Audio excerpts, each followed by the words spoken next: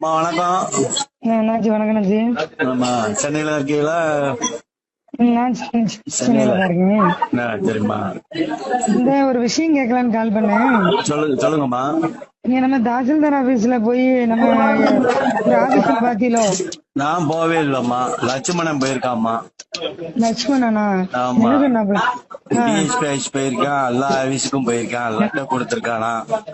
என்ன லெட்டர் கொடுத்திருக்காப்லயா? லட்டு. ராஜபாளையத்துல வந்து லட்சுமணன் லெட்டர் கொடுக்கறதுக்கு தாசில்தார் ஆபீஸ் போறதுக்கு யார் அவருக்கு அதிகாரம் கொடுத்தா?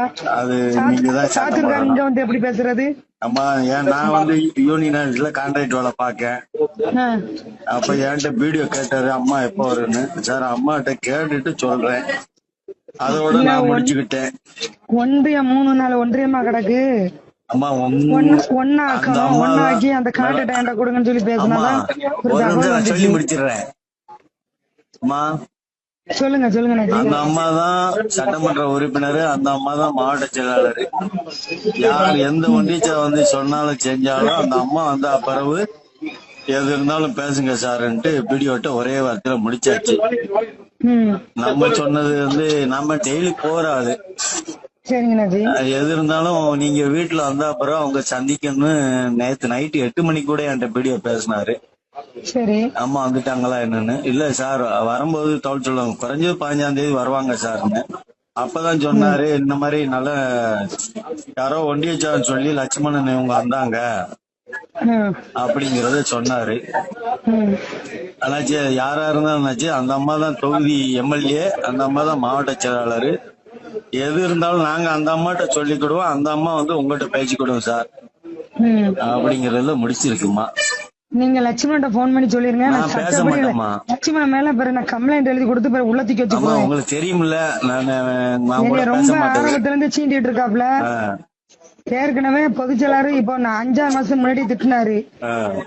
திரும்ப என்ன செஞ்சுட்டு இருக்காப்ல? என்ன பார்த்தா எப்படி தெரியுது? ஏன் தொகுதிகளை வந்து அந்த பையன் வர்றதுக்கு யாரு அதிகாரம் கொடுத்தா? நீங்க என் தொகுதியில எப்படி வருவான் அந்த பையன்? அம்மா சொல்லியாச்சு பெரியவட்ட, எது இருந்தாலும் அந்த அம்மா தான். நாங்க எது இருந்தாலும் அந்த அம்மாட்ட நாங்க பேசிக்கிடுவோம். அந்த அம்மா பேசுவீங்களா? என்ன மேடம், நீங்க அந்த பையன் பேசுவீங்களா? நான் எனக்கு லட்சுமணனுக்கு தொடர்பே இல்ல, அதான் தெரியுமில்ல.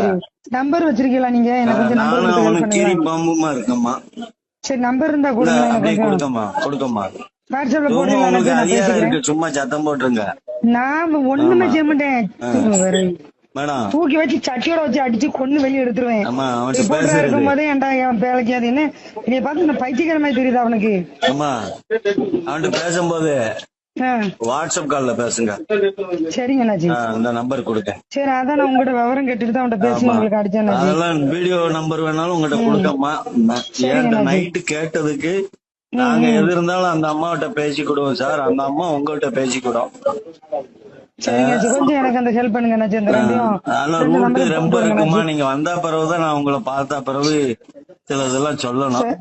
அண்ணாச்சி, ஒரே விஷயம் தெளிவா சொல்றேன். ஏன் தொகுதிக்குள்ள சாத்தூர் தொகுதிக்காரங்க காலை கூட வைக்க விட மாட்டேன்.